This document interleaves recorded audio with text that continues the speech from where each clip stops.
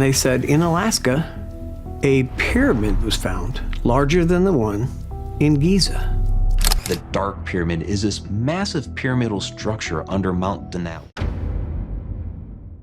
Minutes ago, a colossal black pyramid used for alien and U.S. government meetings was located by explorers in Alaska. Doug, a brave counterintelligence officer, has just uncovered a clue. While adjusting to Alaska's wild, expansive scenery, he noticed a blank spot on his map right in Denali National Park. Why do many say that the pyramid is to blame for so many disappearances? It's an area where there have been a lot of strange disappearances. Thousands of people have vanished in recent decades without a trace. Let us explore why, in this forbidden area, there are underground meetings that could potentially wipe out civilization with alien technology. The uncharted depths of Denali. Doug started his new job as a counterintelligence officer at Fort Richardson, near Anchorage, Alaska. His role involved investigating acts of espionage and terrorism. Counterintelligence agent. Investigated espionage, terrorism against the United States. So one of his first tasks was to familiarize himself with the Alaskan terrain by studying maps. Coming from Ohio, Doug found Alaska's rugged and vast landscape a challenge to comprehend. With its sprawling 700,000 square miles, Alaska is twice the size of Texas. To get a better grasp, Doug spread several maps across a large table, looking over features like mountains, rivers, lakes, cities, and old mining towns, all typical on such maps. However, one particular detail caught his eye. An area the size of his thumb was blanked out on a map of Denali National Park. Intrigued, he used a magnifying glass and discovered a note stating that this area, located about 60 miles west of Mount McKinley, was not surveyed to date. Later that day, Doug discussed what he had learned with his fellow soldiers at Fort Richardson. The group was confused and upset.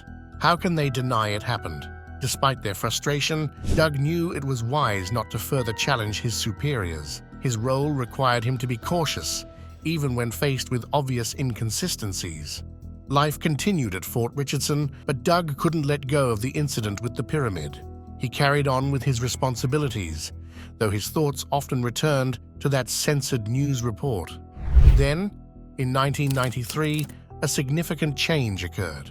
Doug was transferred to Fort Meade in Maryland, the location of the National Security Agency. Officially, Doug was not working for the NSA, but being so close to the agency meant he had access to a vast amount of classified information. Fort Meade was known for its massive archive of government documents, rows upon rows, floors filled with files, many labeled as top secret.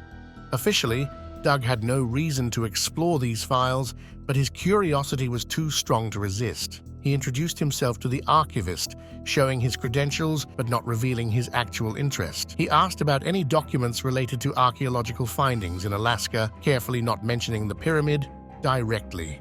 And I thought, why not just ask him about Alaska, see if there's any archaeological stuff there. And he said, go down to such number, and it should be in the first or second drawer. The archivist didn't react.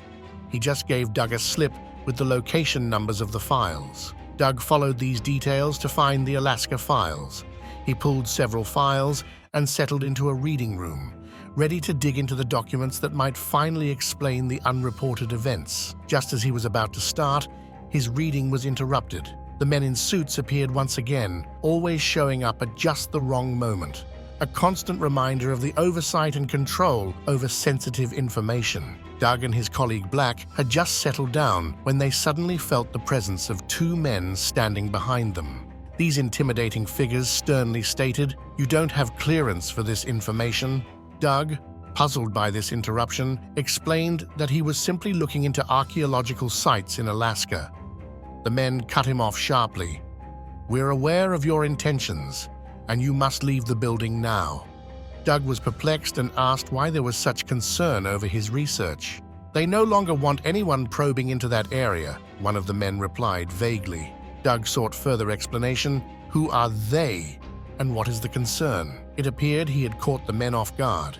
Realizing they might have revealed too much, they quickly escorted him out. Doug continued with his regular duties, but couldn't ignore the strange encounter. Once he left the military, he decided to share his experiences publicly. He revealed that not only was the existence of the pyramid acknowledged by the military, but they also knew its exact location and function. They were the ones controlling it. Meanwhile, Marty Johnson, an engineer with experience in private Navy projects during World War II, found himself on a new riddle assignment. He was flown from Omaha, Nebraska to Unalakleet, Alaska, and then taken on a bus with windows that one could not see through, together with other engineers and technicians. They were not told where they were going or the purpose of their trip, which added an element of excitement and uncertainty to the path. While most of the passengers felt uneasy, Marty was thrilled, feeling as if he were a character in a thrilling spy novel. After the war, Marty was recruited by Western Electric Manufacturing, which was associated with Bell Labs and partly owned by AT&T. His job involved working on highly confidential military projects specializing in electrical engineering. During the late 1940s, he was part of a team that worked with transistors, a revolutionary technology at the time. By 1959, Marty felt he was contributing to shaping the future. He could not divulge details of his work to his family, but they understood the significance of his role. After enduring a long, uncomfortable 6-hour bus ride through Alaska, the group arrived in a remote area surrounded only by ice, snow, and mountains. Exiting the bus into the harsh Alaskan environment was a shock. The landscape was stark and overwhelmingly bright after hours in the darkened bus. Next, we dive deeper into the icy riddle hidden beneath the vast Alaskan wilderness. A hidden world under Denali. They gathered inside what seemed to be an ordinary concrete shed for warmth.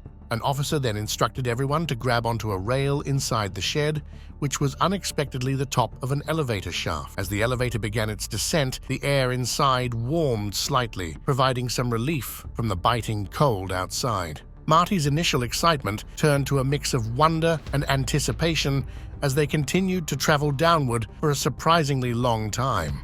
When the elevator finally stopped, the doors opened to a hallway that looked much like any other military office building, with gray concrete floors and green-beige painted walls. The constant buzzing of the overhead fluorescent lights filled the space. As the group proceeded, Marty felt as though he was on a guided tour of a museum, yet the strict control and secrecy suggested that what they were about to encounter was anything but ordinary.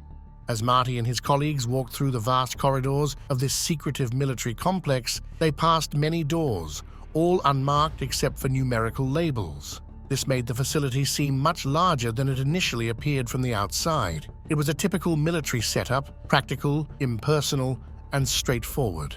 The officer leading the group spoke louder so that everyone could hear. He informed them that before starting their comprehensive 4-week orientation, they would finally be shown the project they were brought here for. Marty, along with the rest of the group, felt a mix of relief and impatience. The long wait was almost over. They eventually arrived at an enormous steel door, impressive in both height and width, clearly designed to accommodate large vehicles. The officer picked up a red phone mounted on the wall, and while Marty couldn't overhear the conversation, he humorously imagined the officer using a simple command like "Open Sesame" to operate the door. This door, which was 1 foot thick, began to slowly open with a loud metal-on-metal noise, indicating the high level of security. Marty wondered what could possibly need such extreme protective measures and hoped it wasn't something as dangerous as nuclear weapons. They were greeted by a gigantic, cavernous space as they entered through the door. All of Marty's questions about the extensive security and secrecy finally made sense. With a slight hint of pride, the officer welcomed them. "Gentlemen, welcome to the Dark Pyramid." A different event from the spring of 1978, Lee Pearson, a retired veteran who had become a school teacher, found himself exchanging old war stories at the Unalakleet airport. A helicopter pilot, still active in service, recognized Lee's longing for the thrilling days of his past. The pilot offered Lee an exciting opportunity, a brief mission into the infamous Alaska Triangle, an area known for strange occurrences. They were tasked with delivering essential equipment to a hidden base near Denali, Mount McKinley. Eager for some excitement, Lee accepted the invitation without a second thought. They set off, flying east, and as they neared their destination, the pilot prepared Lee for potential malfunctions due to the region's notorious interference with electronic equipment. He explained that they would need to switch to visual flight rules. This meant flying manually, keeping the ground in sight, and being vigilant for any obstacles. As predicted, as they approached the area, the helicopter's electronic systems began to fail. The radar screen went blank and the compass spun wildly. Despite the alarming situation, the pilot remained calm and managed the controls expertly. Then, all the helicopter's electrical systems shut down abruptly, plunging them into an eerie silence, broken only by the rotor's noise. Yet the helicopter continued its flight smoothly and soon made a gentle landing. Immediately, a ground crew rushed to refuel the helicopter, keeping the engine and rotors operational. Lee took in his surroundings. Small guardhouses topped with watchtowers, several Quonset huts scattered around, boxes of equipment piled up, and extensive razor wire fencing. Above, a C-130 aircraft circled tightly over the area, adding to the intense and somewhat foreboding atmosphere of the military base. Soon, 6 men dressed in black uniforms approached them, their serious demeanor adding to the gravity of the situation and hinting at the importance of the riddle location they had just reached. As Lee watched the rapid unloading of crates from the cargo helicopter, he noticed something unusual due to his military background. The personnel, dressed in uniforms, lacked any form of identification. No insignia indicating their unit, no rank badges, and no name tapes. Everything about their appearance was designed to conceal their identities. Around the landing zone, armed guards were positioned strategically, their weapons aimed directly at the helicopter.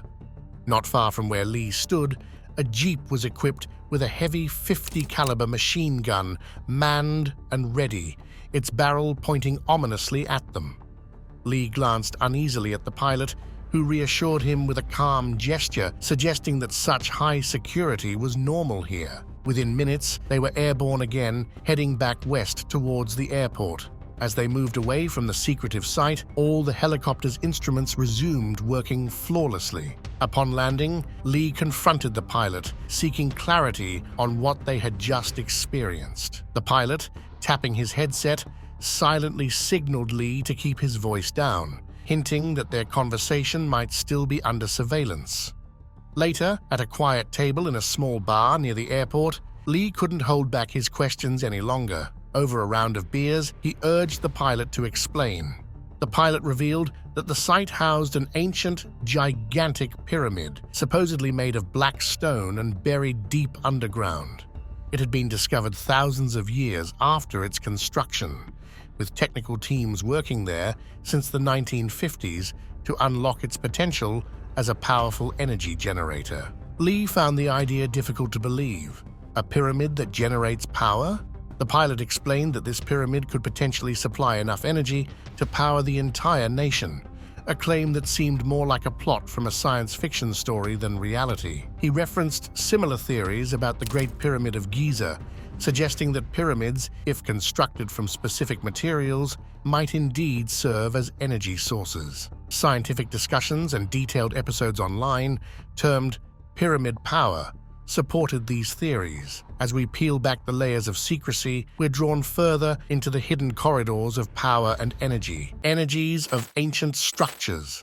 Marty Johnson, who was well acquainted with the site's specifics, had described the underground pyramid as 550 feet tall, with its base 700 feet below ground level.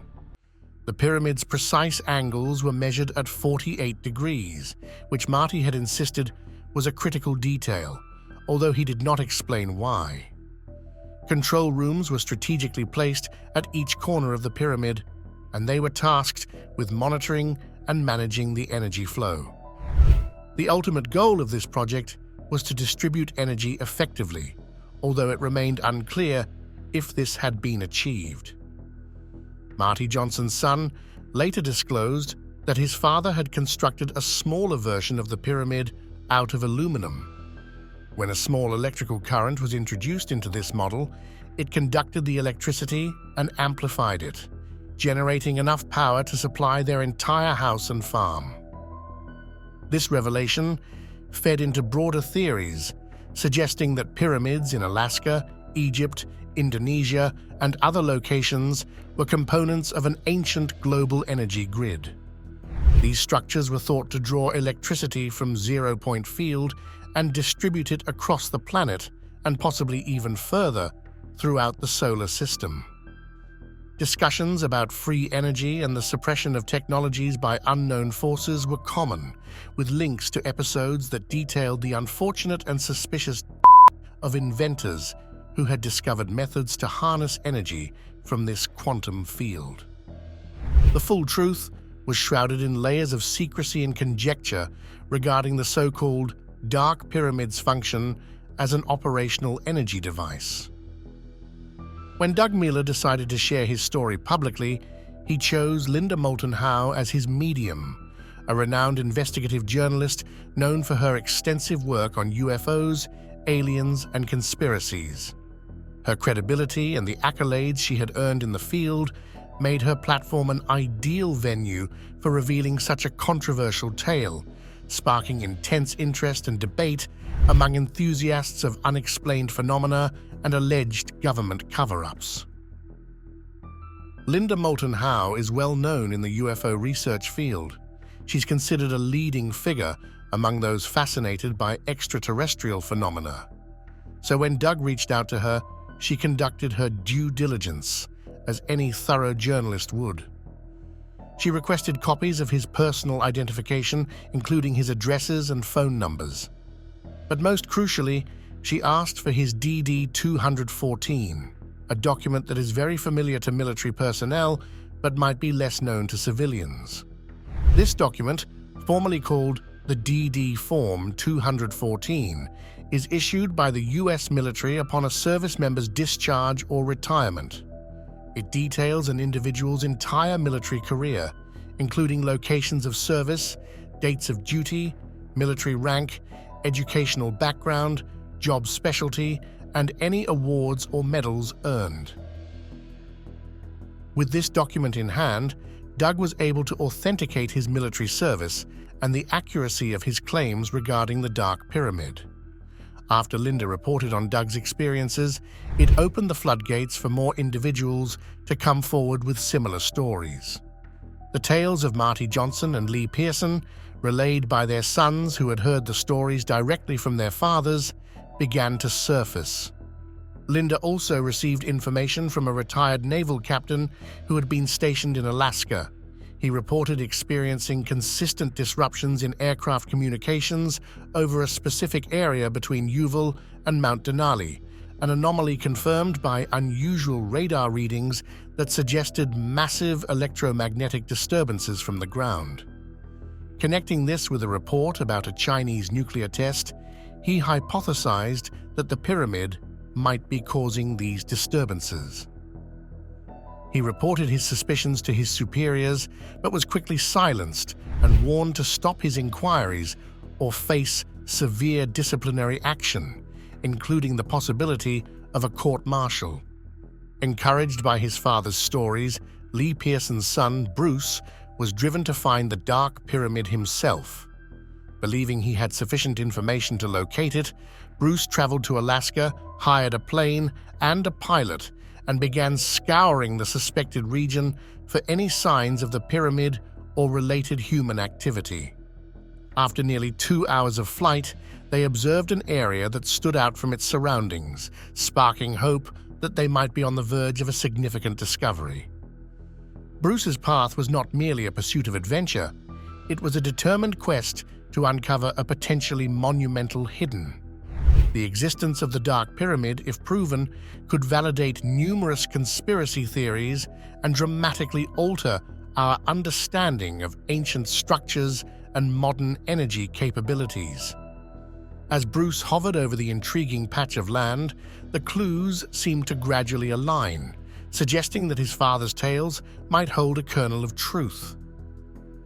These explorations, inspired by narratives handed down from those brave enough to share them, continue to drive the quest for deeper knowledge and understanding of the hidden realities that may lie just beneath the surface, often ignored or dismissed by authorities.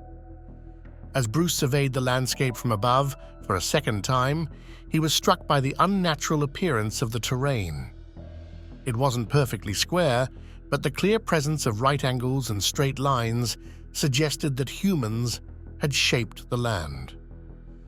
During another flyover, Bruce and his pilot discovered remnants of what seemed to be an old road, a path that wasn't marked on any current maps. Even more intriguing was the old airstrip they found nearby, also missing from any map. This indicated that, at some point, someone had used both the road and airstrip, likely for operations hidden from public knowledge. The closest official road was almost 100 miles away, emphasizing the remote and secretive nature of this site. Additionally, this area matched the coordinates provided to Linda Moulton Howe by a retired Navy officer. Some enthusiasts using Google Earth have claimed to see the layout of what might have been a compound or structure, though the images are unclear. I've included a link to the coordinates for those interested in exploring the area themselves.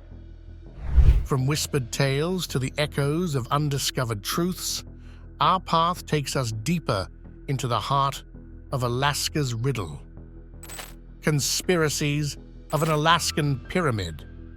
In a more daring exploration in May 2020, an adventurer named Nathan Campbell decided to delve deeper into this site.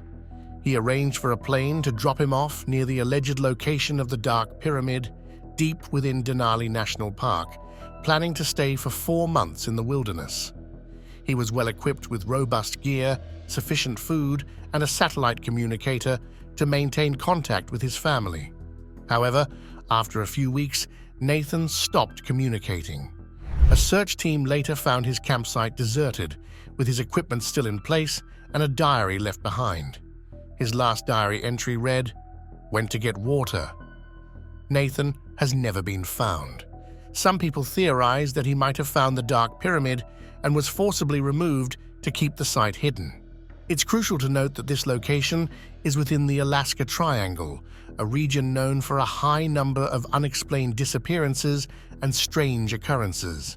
For 2 decades, the CIA conducted Project Stargate in this area, which focused primarily on remote viewing, a method where individuals use psychic abilities to visualize specific locations from afar. Remote viewing is really a technique for getting information anywhere in time and space. So you can technically visit anywhere in all of space and time. Pat Price, a notable figure in remote viewing, claimed to have seen an underground base inside Mount Hayes in the Alaska Triangle. Price remote viewed Mount Hayes, and he saw a deep underground extraterrestrial base.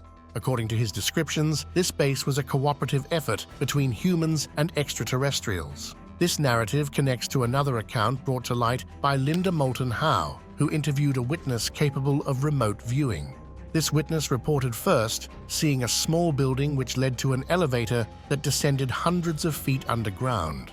There was a big freight elevator that was sticking up out of the ground. At the base of this elevator, she described entering what resembled a military installation complete with a laboratory.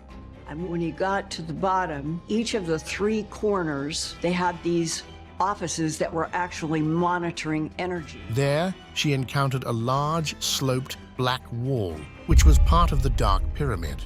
The facility was bustling with activity, surrounded by various types of equipment and numerous personnel. As she continued to explore the complex, she navigated through a network of hallways and tunnels, passing offices, sleeping areas, and a kitchen. Eventually, she joined a group of visitors being led on a tour by a guide who appeared humanoid, but was distinctly not human. This guide revealed that the primary function of the Dark Pyramid was to serve as a charging station for UFOs, corroborating over 6,500 documented UFO sightings in the area. The Alaska Triangle is reputed to be one of the most active UFO hotspots in the world. The theory now being circulated is that these unidentified flying objects use a pyramid for their energy needs. This pyramid, according to the story, has remained elusive to military control and operation because, as the tale goes, the extraterrestrial beings supposedly overseeing it do not align themselves with human agendas. We are said to be at their service. When Linda Moulton Howe publicized the story of the Dark Pyramid in 2012, it swiftly captured public attention, fueled by robust testimonies and alleged signs of human intervention in a remote part of the Alaskan wilderness. Indeed, it is a fact that each year, a significant number of people disappear in Alaska, a region also notorious for its high number of UFO reports. But the reality of the Dark Pyramid remains a subject for debate. Examining the evidence surrounding the story of the pyramid, one must consider Douglas Muckler as the main informant. Muckler, a former military intelligence officer, is presented by proponents of his story as a credible source, bolstered by documented proof that confirms his identity and background. However, a cautious approach is advisable when considering accounts from individuals previously associated with military intelligence. History within the UFO community shows figures like Richard Doty and Luis Elizondo, known for disseminating false information, which prompts a skeptical evaluation. The narrative of Doug Muckler is not outright dismissed, but it is subject to scrutiny. It is verified that a Chinese underground nuclear test occurred on May 22, 1992, which lends some support to Doug's claims. Nonetheless, Doug connects this event to his sighting of the pyramid several months later, a claim he only disclosed 20 years after the fact. Given this extended lapse, it's reasonable to question the accuracy of his recollections. Despite his assertion that nearly 40 other soldiers witnessed a news report about the underground pyramid, the absence of any corroboration from these supposed witnesses casts doubt on his account's veracity. Those interested in digging deeper into the veracity of Doug's claims can review the original emails he sent to Linda Moulton Howe, which are available on her website, earthfiles.com. A careful review of these communications reveals slight shifts in the details over time. In a notable instance, Doug claimed that the Chinese government had informed the United Nations about the pyramid, adding yet another layer to an already complex story. This intricate web of claims, partially supported by official documents, yet plagued by inconsistencies and unverified second-hand accounts, creates a narrative that is as enthralling as it is dubious. While it undoubtedly captures the imagination and draws interest, such a story requires thorough examination and verification before any credible conclusions can be drawn about the existence of a dark pyramid supposedly powering UFOs in the remote wilderness of Alaska. The story not only involves claims about advanced technology, but also intertwines with allegations of significant military and extraterrestrial involvement, making it a tale that demands careful scrutiny from any serious investigator or interested observer. Join us as we step into the unknown, where tales of energy and enigmas converge in the silent shadows of the North. Inside Mount Hayes. Doug asserts that a nuclear test occurred in late November or early December of 1992, an event he links to his sighting of a Riddles pyramid, but there is no record of such a test during this period. The global community was indeed surprised by a nuclear detonation earlier in May of that year, which drew significant criticism from the United Nations. Doug's claim about a later test, therefore, doesn't align with historical records. Interestingly, in October 1992, there was a significant earthquake in Egypt, measuring 5.3 on the Richter scale, which resulted in the deaths of at least 500 people. This event prompted the United Nations to step in and assist, particularly with assessing the impact on historical sites, and this was widely reported in the news, especially with concerns about the safety of iconic structures like the Sphinx and the pyramids. It might be possible, even likely, that Doug's memories are blending various incidents together. This isn't an attempt to discredit his experiences. It is well known that human memory can be flawed and imprecise. However, when considering the testimonies of Lee Pearson, his son Bruce, and Marty Johnson, one finds a similar lack of tangible evidence. Their accounts rest solely on their personal testimonies. Remote viewers often attract skepticism, but Pat Price's detailed descriptions of an underground facility beneath Mount Hayes are particularly notable, especially considering the riddled circumstances surrounding his death, which are explored in detail in the analysis of Project 8200. Linda Moulton Howe, a prominent figure in the field of UFO research and a frequent guest on Coast to Coast with Art Bell, is recognized for her thorough investigative techniques. However, she often approaches her investigations with a predetermined belief in the veracity of the stories she explores, focusing her research on gathering evidence that supports these beliefs rather than critically questioning them. This approach is not unique to Linda. It is a common trait among many who research UFOs and paranormal phenomena. They often start with a belief and look for evidence to support it, rather than approaching with neutrality. The narrative shifts when considering theories that are more outlandish, such as the existence of a pyramid in Alaska said to be capable of generating energy. If such a structure exists and functions in a manner similar to what some theorists believe about the Great Pyramid of Giza, allegedly constructed 130,000 years ago by the Anunnaki, it presents a fascinating possibility. This notion challenges conventional views and invites deeper scrutiny and investigation. If you enjoyed this path through the riddles of UFOs, the paranormal and hidden projects, comment and subscribe for more. Stay curious. Could our governments really be hiding alien contact? Stay safe and engaged.